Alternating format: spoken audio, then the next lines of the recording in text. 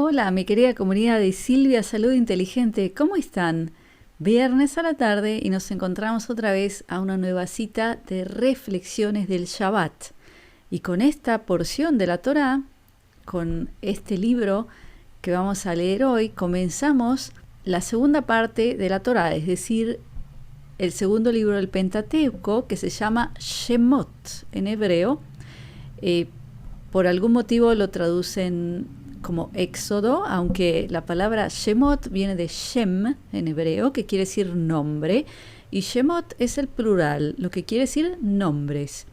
Y esto es muy importante porque todos sabemos que en la cultura judía, hebrea, en la Torá, en la Kabbalah, los nombres de Dios tienen muchísima importancia. No solo eso, sino que una de las formas de denominar a Dios es Hashem. ¿Qué quiere decir? Quiere decir el nombre. También así se lo llama. Entonces, es interesante ver que en todas las traducciones a los idiomas occidentales se traduce Éxodo, pero no se traduce Shemot, que quiere decir nombres. El libro comienza luego de toda la historia sobre la que estudiamos en las porciones anteriores de Yosef en Egipto, las vacas gordas, las vacas flacas, la hambruna que hubo en Egipto y cómo todo Egipto se salva de la hambruna gracias a Yosef, gracias a su capacidad primero de predecir lo que iba a ocurrir y luego de administrar todo el imperio egipcio. Y de esa forma Egipto creció muchísimo y se hizo mucho más poderoso y rico, casi el imperio más poderoso de la época. ¿Y cómo comienza esta porción? Comienza con que hay un nuevo faraón. Y este faraón ya no conoce a Yosef, o sea, Yosef ya ha muerto.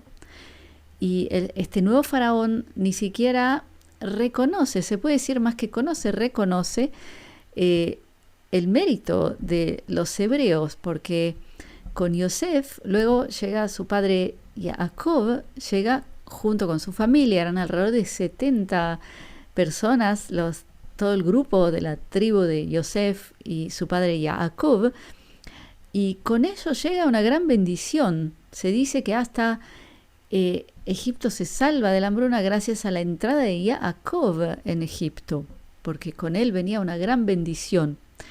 ¿Y qué ocurre en este libro tan interesante y tan fascinante? Les voy a leer algunas de los versículos para que vean lo que ocurre al comienzo de este libro. Estamos en Éxodo 1:8. Dice así, primero en hebreo y luego les voy a traducir. Dice, Veyakum melech hadash al Mitzrayim, asher lo yada et Yosef. Eso quiere decir, y se levantó un nuevo rey en Egipto que no conocía a Yosef. Luego en el versículo 9 dice, Ine am bnei Israel. O sea, eso viene a ser una frase que dice el faraón. Él dice, he aquí un pueblo, los hijos de Israel. Y ahora vamos a recordar que a Jacob se le decía Israel. O sea, en el momento en que Jacob fue capaz de sobrellevar y vencer al ente negativo que vino a tratar de tentarlo, ahí se lo denomina Israel. O sea, cuando Jacob estaba en su lado elevado espiritualmente, se lo denominaba Israel. Entonces vemos que el faraón se refiere al pueblo hebreo y dice, he aquí, pueblo, un pueblo, los hijos de Israel, o sea, los hijos de Jacob. Entonces vemos que el faraón es el primero en denominar al pueblo hebreo pueblo. Eso es muy interesante porque cuando llegaron ellos a Egipto eran la familia de Jacob, sus hijos, Yosef, sus hermanos, sus esposas, sus nietos, y eran alrededor de 70. Pero ahora, con este nuevo faraón, el faraón dice, se han vuelto pueblo, o sea que se han multiplicado muchísimo. A eso se refería. Y luego, ¿qué es lo que dice? Aparece una frase muy fuerte y que se las voy a traducir. Estamos en Éxodo 1:10. Mi traducción desde el hebreo dice, vamos a ser astutos en caso de que se multipliquen y venga una guerra y ellos se unan a nuestro enemigo. O sea, el faraón veía que ellos se multiplicaban muchísimo. Los hebreos ya se los podía considerar pueblo. Y él pensó que, ¿qué ocurre si viene una guerra y ellos se unen al enemigo? Entonces dijo, vamos a ser astutos. En hebreo se dice nithakem. Y esa palabra viene de la raíz jajam, que quiere decir inteligente, pero se puede aquí más que nada traducir como seamos astutos. O sea, hagamos algo antes de que ocurra un caso como que ellos, siendo grandes en número, se unan a nuestro enemigo. Entonces la intención del faraón fue comenzar a hacerlos sufrir muchísimo y estresarlos, pensando que de esa manera iban a nacer menos niños. Entonces, ¿qué ocurre?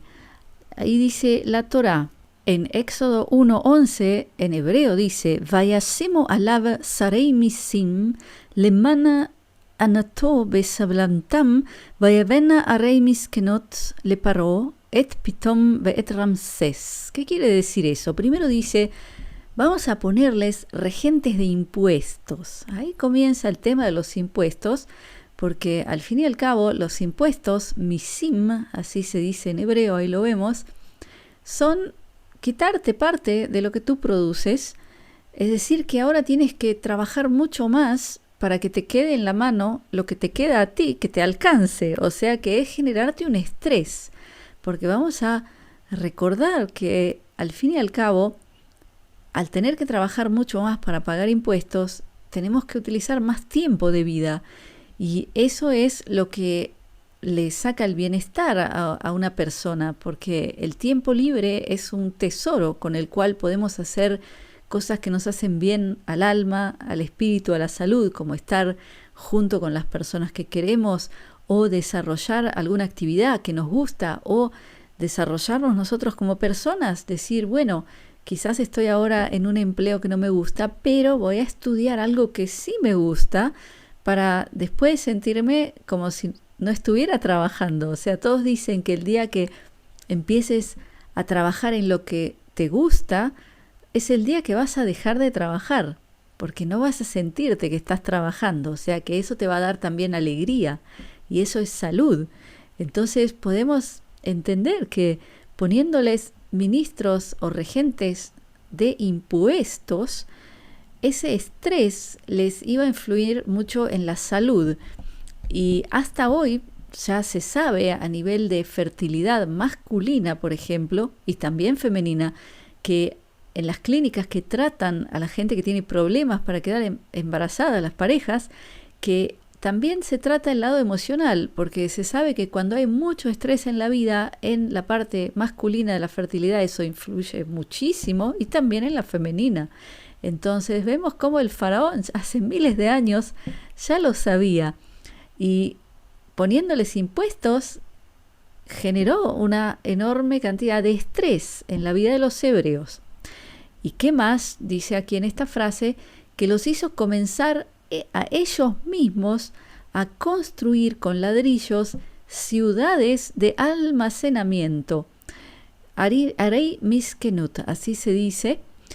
Y lo interesante es que la misma raíz, o sea, si vemos cómo se dice ciudades de almacenamiento, se dice Arei miskenut, se dice que viene de la raíz mishkenot, que es lugar donde se habita o donde se junta mucha gente, y por otro lado es también la raíz de la palabra misken, que quiere decir pobre, desgraciado. O sea, viene a ser como si se definiera la ciudad como un lugar de desgracia, de sufrimiento, un lugar muy desagradable. Entonces vemos que el faraón, cuando dijo vamos a ser astutos, pensó en cómo hago para estresarlos, que se sientan mal, que se desgasten físicamente. Entonces, impuestos más vivir en ciudades. Muy interesante, ¿no es cierto? ¿Les resuena esto con algo de nuestra vida moderna? Interesante, ¿no es cierto? Entonces, ¿qué ocurre luego de que el faraón toma esas medidas para generarles mucho estrés y arruinarles la salud y así la fertilidad? Lo que ocurre es todo lo contrario, que los hebreos se siguen multiplicando. Dicen que cada mujer hebrea paría en una sola vez 6 o 8 niños. O sea que era una enorme cantidad de niños los que nacían. Y ahí llega la decisión tan tremenda del faraón de limitar la cantidad de niños que nacen. O sea que él le dice a 2 parteras hebreas, una era Shifra y la otra Púa, les dice que si nace un varón, que lo maten, simplemente así, y que si nace una mujer, que la dejen vivir. ¿Y qué es lo que dice la Torá? Que esto es una frase importantísima y fuertísima que nos tiene que dar material de pensamiento para hoy. Les voy a leer. La frase aparece en Éxodo 1:17 y dice así en hebreo primero: Vatiran המילדות את אלוהים ולא עשו כאשר דיבר אליהם מלך מצרים ותחיו את הילדים. ¿Qué quiere decir eso? Quiere decir, se los voy a traducir yo literal, y temieron las parteras a Dios y no hicieron lo que les dijo el faraón, el rey de Egipto, y hicieron que vivan los niños. O sea que lo que ocurre aquí es algo interesantísimo y algo muy importante que tenemos que concientizar hoy y pensar en conexión con nuestras vidas. Las parteras, imaginen el momento que ellas experimentan. El faraón, el rey de Egipto, que era el hombre más poderoso de la tierra. Imaginen que ya Egipto era muy poderosa antes de que llegó Yosef y antes de que vinieron las hambrunas. Pero luego de la hambruna, Egipto se había apoderado de todos los imperios de alrededor, a nivel de tierras, a nivel de ganado, a nivel de dinero y a nivel de la gente que estaba esclavizada. O sea, el rey de Egipto, el faraón, era una especie de semidios, era casi omnipotente a nivel por lo menos material, y él en persona las llama, las convoca y les dice lo que tienen que hacer. ¿Y qué dice la Torá? Y temieron a Dios. O sea que las parteras, que se las puede considerar también enfermeras, hicieron lo que ellas entendían que era lo correcto de acuerdo a su fe, y no de acuerdo al semidios, que era el faraón, sino de acuerdo a Dios. O sea que se enfrentaron a algo poderosísimo, porque podemos imaginar hoy que no respetar las órdenes que les dio el faraón en persona les podía haber costado la vida. Pero estas 2 mujeres temieron a Dios, al uno. Y Dios también representa ¿qué? Representa la ética, la moral. Y ellas 2 hicieron que los niños vivan. Eso es lo que dice la Torá. Es decir, no hicieron nada para que pase lo contrario, es decir, que se mueran. Entonces ellas mismas generaron la continuación del pueblo hebreo, o sea, no generaron un genocidio, que es lo que estaba queriendo hacer el faraón. Él quería achicar y limitar la cantidad de gente, ni más ni menos, hebrea, en el mundo. Y ellas no están de acuerdo y dice claramente la Torá, temieron a Dios. Y yo quiero preguntarles, ¿esto les resuena algo? A mí sí, por desgracia. Les dejo a ustedes la libertad de escribir en los comentarios lo que ustedes piensan, si les resuena algo reciente, moderno. Y yo me pregunto, hoy en día, ¿cuál puede ser la tentación para que una persona en este ámbito, como una partera, enfermera, le tema o no le tema, sino que respete el mandato de alguien que no es Dios? ¿Cuál puede ser la tentación, no es cierto? O sea, podemos ver claramente que hace miles de años, en la época del pueblo hebreo en Egipto, las empleadas de la salud tenían un poquito más de conexión con lo que es la moral verdadera que hoy, por desgracia. Entonces, ¿qué ocurre luego de todo esto?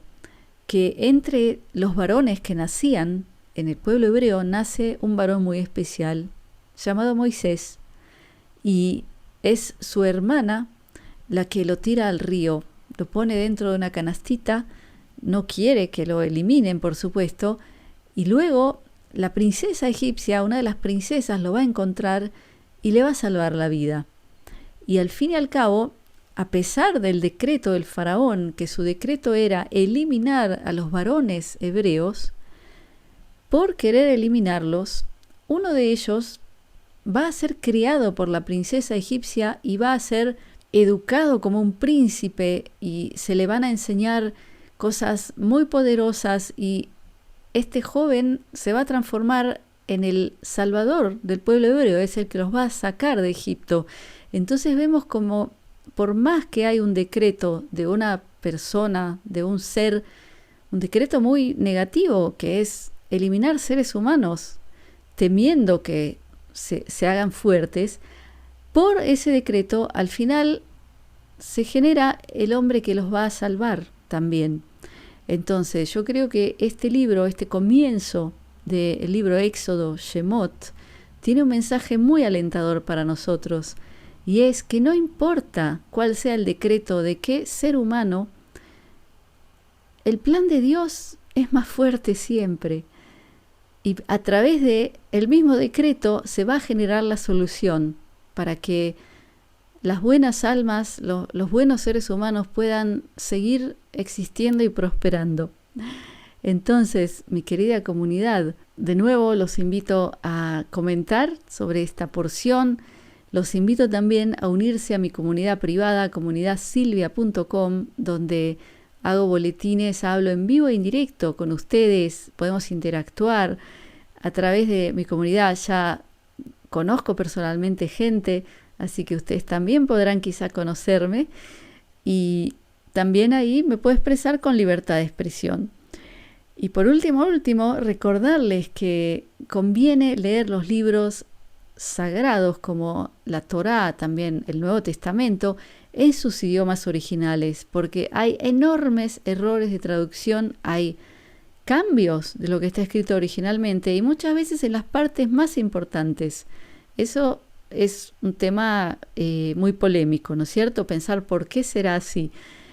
Y no solo eso, que por ejemplo, en todos los textos hebreos, el hebreo tiene varias dimensiones, o sea, no es solo entender literal lo que dice, que también está mal traducido, sino que decodificar a través de las palabras y letras hebreas una enorme cantidad de secretos que se esconden en la Torá, que son secretos que te dan poder y sabiduría en este mundo.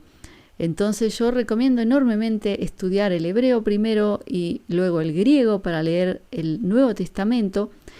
Y para eso les recomiendo la Mejor Academia de Israel, donde yo hace años trabajé, que da cursos online con profesores de habla hispana en vivo, algunos cursos grabados, o sea, ustedes eligen lo que quieren. Les pongo abajo el enlace para que ustedes dejen sus datos de contacto, así ellos pueden ofrecerles los diferentes cursos, para que ustedes puedan comenzar a conocer directo del original, de la raíz, los libros que nos mandó Dios, que yo creo que eso es algo que en lo que vale la pena invertir. Entonces, mi querida comunidad, los dejo por ahora con mi bendición, mi brajá de briut, que es salud, de shalom, que es paz, de ahavá, que es amor, y shefa shel dvarim tovim. Gracias por estar conmigo. Shabbat shalom.